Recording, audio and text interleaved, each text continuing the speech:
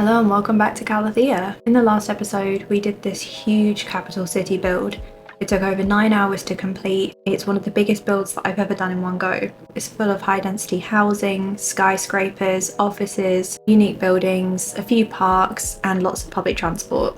There's over 23,000 people living here, so it's given a huge boost to our population overall. And we're now more than halfway to the megapolis population milestone.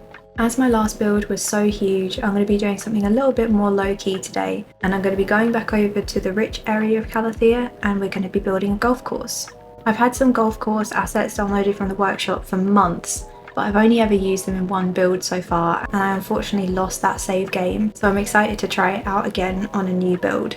We're going to be using this island here next to Primrose Heights. There's going to be a connection from each side of the island, so it's going to be joined to this highway connection up here. Primrose Heights has the Old Town policy, so it's not going to be putting more traffic through this district, so hopefully it will feed a lot of the cars down this way of the highway instead. It's a fairly large piece of land, but the golf course assets are pretty big, so we're going to need as much space as we can get. There's going to be lots of tree detailing and a resort building and a few other attractions around it. This island actually has some castle ruin detailing already on it, so it's kind of running with that old Spanish theme still. So this bit's going to be preserved, and then we're going to be building around it. So I'm going to get stuck into building.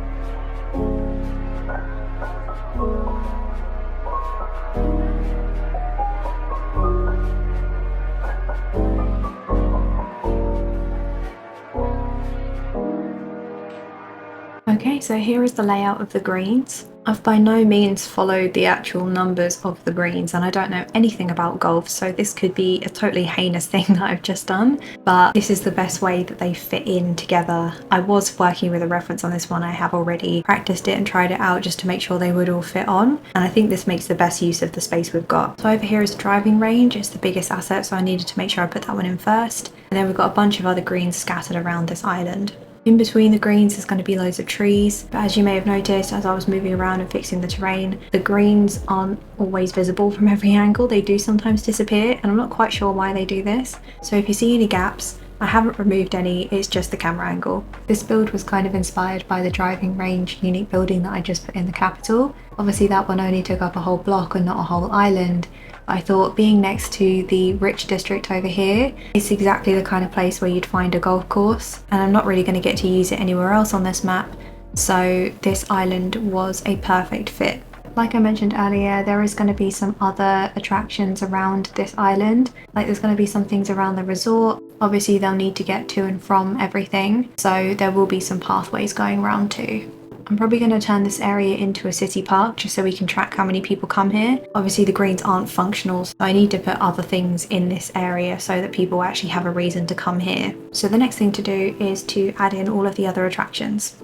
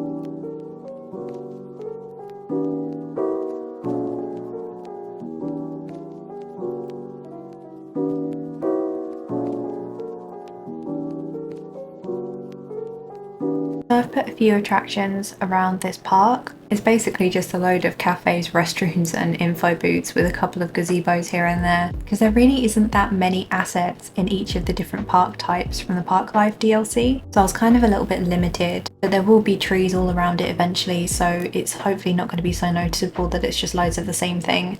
There's a small row of commercial buildings down here.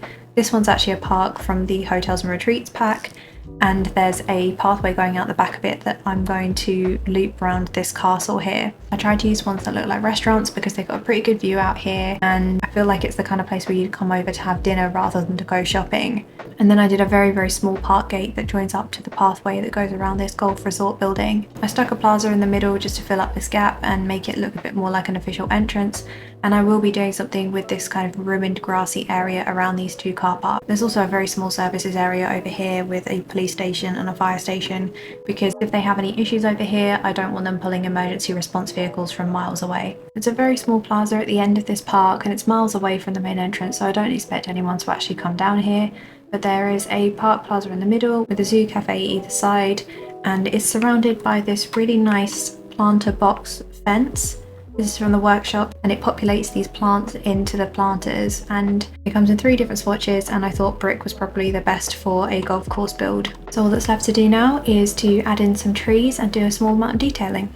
Okay, I think I'm done. Moving all the trees off the greens took forever to do. Because the golf greens are technically only one tile, it doesn't recognise the rest of the piece as being there, so the trees will just go over it. But I think I did a pretty good job at moving them all off. There may be 1 or 2 that are still on the green. There's probably one really obvious one that you're screaming out right now, wondering why I didn't move it, but I got all of the ones that I could see at least. This island is going to be quite graphics intensive because there's so many trees and the greens are constantly appearing and disappearing again. I'm not going to spend too much time down this end of the map, so I don't think it should be too much of a big deal. Obviously this isn't a functional golf course, so people won't actually be playing on it, but I do hope that people will come and visit. I'm going to put it on play and see how popular it gets. So I've let this play through for a bit to see if anyone would come to the park, and I'm actually surprised with how many people are travelling over here just to walk around these paths and go to a cafe. As you can see, there's so many people walking around, and it doesn't look as though they're taking all of the routes to get to places, and I'm wondering if there's maybe some broken connections somewhere, but I don't really mind because it's getting a lot of use. It's already up at level 2, and I wouldn't be surprised if we hit level 3 soon. Because Primrose Heights has the Old Town policy, the only people that will be able to get to the golf resort through this district are people that live or work here, which means there's much less traffic on this bridge going over the water here. This bridge, on the other hand, is getting a lot more use, which I'm not too mad about because there's nothing else really down this way of the map apart from the industrial district that we made a few episodes ago. So it's not really adding too much to any of the traffic, and hopefully it will be pulling cars away from the main crunch points of the highways that already exist and pulling them down to this point instead, which is under a lot less pressure. So I'm pretty happy with this build. It's a little bit different to the stuff that I've done so far, but I needed a bit more of a chilled build after the last episode because that was intense. I am going to be doing more down this end of the map later in the series, and one of the things that I've got planned to go down here is a method of transport that we haven't used yet in this city and that will hopefully be able to bring in a huge amount of tourists. So you might be able to guess what that might be, but we've filled up quite a lot of this map now, especially with these last 2 builds. That's 2 of these massive islands that have been pretty much completely filled. Obviously there's quite a few half-finished districts, and I will be going back and adding more either on camera or in between episodes, as I have quite a few themed builds left to go, and we don't have that long until Cities Skylines 2 comes out now. It's officially less than a month until Cities Skylines 2 comes out, and with 2 episodes a week, we're really running out of time. So these are the areas that I've got themed builds left to do in, and then everything in between will pretty much be filled off camera. There's a few builds coming up that I'm super excited about, but I'm going to have to be patient because I don't want to rush in and do everything in one go. So I hope you've enjoyed today's episode. I had a lot of fun making this golf course, and I think it really adds character to this end of the map, especially next to such a high income district, and this whole area now feels so complete. Because I'm doing this episode right after the last one, I haven't had time to see if there's any name suggestions for the capital city yet. If you've got any ideas on what we should name our skyscraper district, feel free to leave a suggestion in the comments and I'll pick my favourite one to name the city. But for now, thank you so much for watching, and I'll see you in the next one.